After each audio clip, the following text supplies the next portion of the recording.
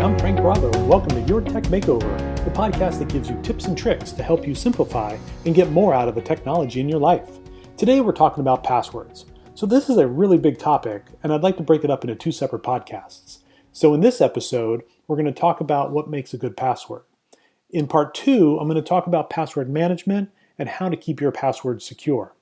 I also should mention before I get started that none of the examples in this podcast are passwords that I actually use. So don't go trying to break into my accounts. So what makes a good password? In our digital age, there's a little more that is important than choosing really good passwords to protect your information. And to protect your information properly, there needs to be multiple passwords and they need to be complex. The first password I ever remember receiving was my bank ATM. It consisted of 4 numbers. Yeah, just 4 numbers. I thought it was a pretty good password because I had a hard time remembering it. But gone are the days of 4-digit passwords. Now the requirements are at least 8 or 10 or 12 or even more characters. Some of them needing at least 1 uppercase, 1 lowercase, a number, some special characters. And if it was just 1 password that we had to memorize, maybe we could deal with that. But chances are you're going to need more than just 1. Recently, I helped a client go through a password upgrade.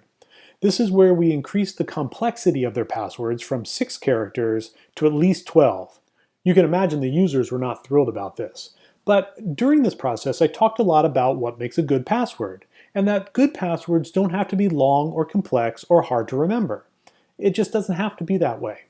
As I mentioned earlier in the second episode about passwords, I'll talk more about secure password managers to help reduce the needs for having to remember those passwords. But even without a piece of software, there are some tricks that you can use to create good passwords that are also pretty easy to remember. As a general rule, you should never write down passwords. Now, that may not always be possible, but at the very least, you shouldn't write them down and put them on a Post-it note and attach it to the side of your monitor. Believe me, I see that all the time. And you shouldn't use something like a Google Doc or other insecure online document to store them. Man, do I have a story for you about that? I'm going to save that for another episode. One trick for a good secure password that is easy to remember is to use the first letter of a phrase. For example, my very educated mother just showed us 9 planets. Since I was a grade schooler, I've remembered this phrase as the order of the planets from the first character of each word as the planet name. Mercury, Venus, Earth, Mars, Jupiter, Saturn, Uranus, Neptune, and Pluto. Well, that was when Pluto was a planet. Is it a planet? Hard to know. Anyway, to make a password out of that, MVEMJSU, the number 9, P, and a period. That makes at least one of those characters uppercase, and that's a good 10-character password. It's a good idea to use different passwords for different sites, especially financial sites and your email accounts. Almost all of the more than 1,300 passwords I manage for myself, the company I work for, and my clients are basically unique. Yeah, 1,300 passwords. Can you imagine trying to remember all those? As I'll talk about next time, I hardly know any of those passwords by heart, but there are several that I do. For instance, the ones I remember, like my email password, which I have to enter pretty often, I started using an actual phrase. Phrases are great for passwords because they are long, complex, and usually pretty easy to remember. For example, if I wanted to create a good password for Gmail, the email program that I use, I may use something like for Google Mail ! While that doesn't have a number in it, although I could have used the number 4 instead of FOR and zeros for the O's, it's a pretty good password and pretty hard to remember, especially if you use capital letters, numbers, spaces, and so on. Plus, I have an easy time to remember it because it would be for my Google Mail. Again, not a password I actually use.